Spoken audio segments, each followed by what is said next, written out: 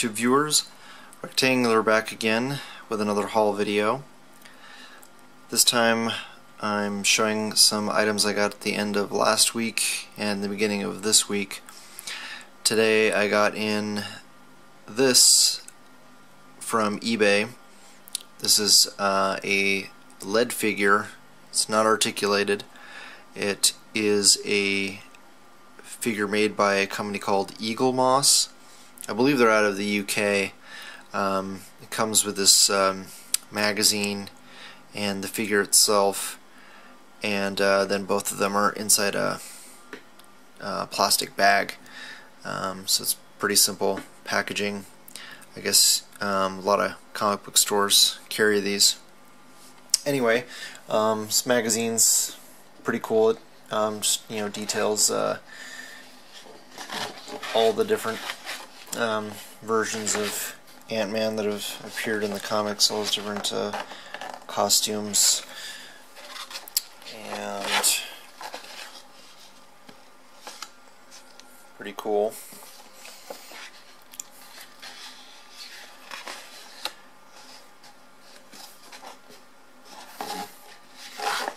Nice little poster there that I might put on the door to the study here, the geek room. Anyway, so Ant-Man is one of my favorite characters, and I had to get him to finish the display I have with my classic Avengers, where Giant Man is shrinking all the way down to the tiniest Ant-Man that we have, which is in a HeroClix form. So he's basically a stand-in for the Marvel Universe figure that still crossing my fingers with bated breath that we will actually see in mass production, because I've only heard or seen of one 2-pack with Moon Knight that Ant-Man comes with get released just before Christmas. It showed up on eBay last year. I think it sold for like $100, so pretty disgusting. But hey, that's what you got to deal with when it's the only one in existence. So anyway, let me pop him out of the box and let's take a closer look at him. Alright, so here we've got the figurine out of the box, and it's pretty nice. Not a bad pose, since the figures that I have him phasing from size down to are not all that articulated anyway. This is going to work out fine. The stand he comes with is pretty nice and subdued. It's going to be impossible. I'm just going to have to leave him on there. I don't want to have to destroy the thing. Plus, I don't want him to fall over. The only thing I will probably end up doing is repainting. The blue is almost black. It's a little bit too dark. Should be on his chest. That looks fine, but the waist, actually I will need to paint his waist as well. He has kind of like a bathing suit on his costume, and the boots and the gloves will also need to be a little bit lighter blue. Let me grab one of my Ant-Man figures off the shelf for comparison. There he is next to the Scott Lang Ant-Man, and right off the bat you can see how much how different color the gloves and boots are, and that I'll need to repaint the lower abdomen there. So yeah, there could be one more figure. In fact, I think probably a Marvel Universe figure will go right after this size, which would be perfect. Here's a little quick size comparison. I've got the Marvel Legends Ant-Man that came with Goliath there on the left, and he is articulated somewhat. Then the lead figure from Eaglemoss, Marvel Universe Yellow Jacket, and then of course the Scott Lang Ant-Man. Alright, so I'm just going to show you the figure up close, get a better look at him. So here's what the figure looks like up close. Get out of the light there.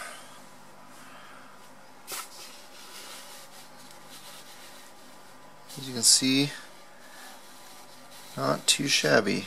It's got some little bit of paint shading in there.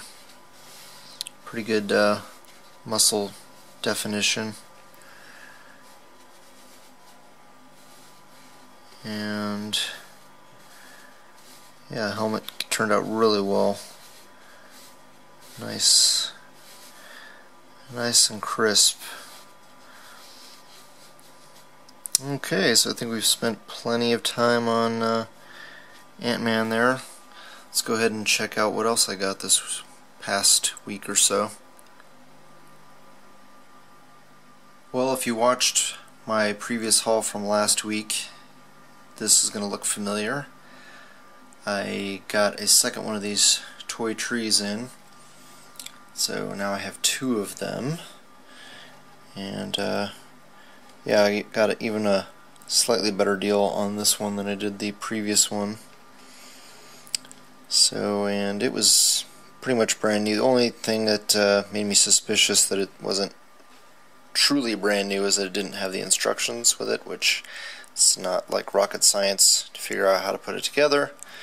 But yeah, so with the other one, we have a pair of beautiful trees, which are nice for rounding out background of a scene. They're not gigantic like the other figures I got.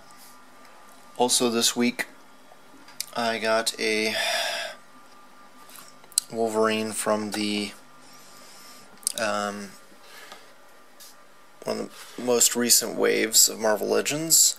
I already had one, and I wanted, not a huge fan of X-Force by any means, but I wanted to get the figure primarily for the claws. So I got this from eBay. I think I paid $16 with shipping for him loose, and he's in perfect condition and don't even really care because I'm just going to use him for the claws.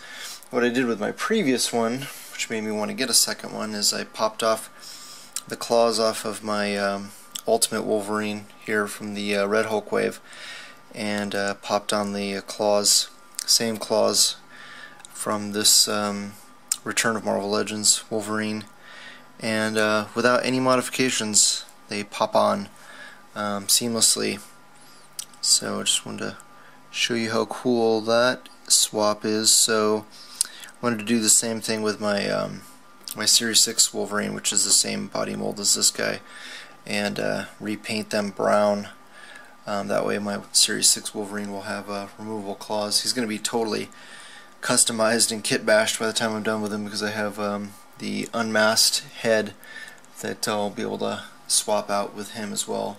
So just for comparison, you can see how huge, you know, disproportionately large the claws are on the Series 6. That was, I think, the only complaint that people had about this figure really was that his claws were just a little bit too long for his to fit into his forearm. But I still love this figure quite a bit, and I didn't want to cut them off. I wanted to still be able to keep them without destroying the figure. Okay, so let's go ahead and move on to the next item. Alright, well, this guy is going to look somewhat familiar to you if you watched my previous haul. You may have heard me mention that the main reason I got this second Walmart exclusive movie Hulk was that I wanted to turn him into a custom Red Hulk, and that I was going to get a head cast, a Red Hulk head cast, and paint it. So I got the head cast in today, and yeah, I'm pretty happy. It's gonna look really cool. Had to use my Dremel to be able to pop it on there, and I kind of went a little overboard with the Dremel, so he looks even more ghostly at the moment because I had to stuff some toilet paper in there just so that I could show what it looks like. But yeah, it's gonna be able to look all the way down and up just a slight bit. There we go. Not too bad as far as looking up, but probably even better than the head that he comes with. Yeah, I think it's, once he's repainted, it's gonna look really cool, and I'll have a very articulated Red Hulk. Alright, so let's check out what else I got.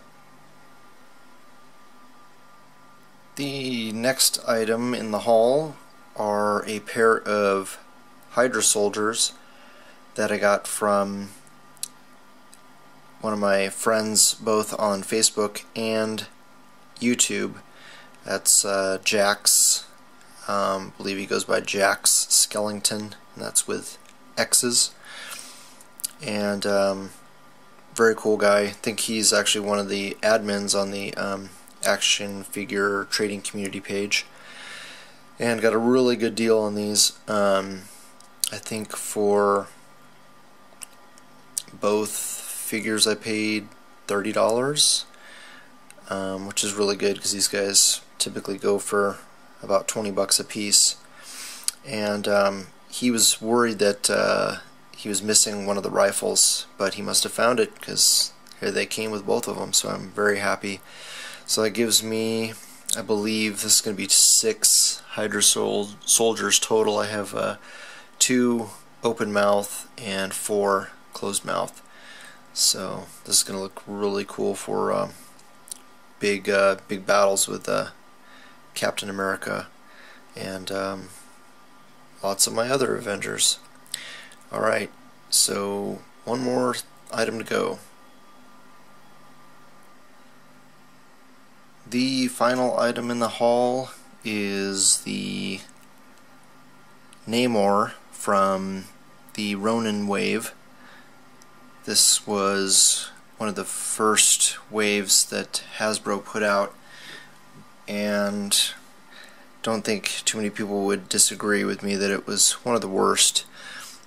It was really nice getting some Fantastic Four figures, but this Namor unfortunately is the only classic costume Namor that we have, and he has pretty lousy articulation. He's got single jointed elbows, single jointed knees, no ankle pivot.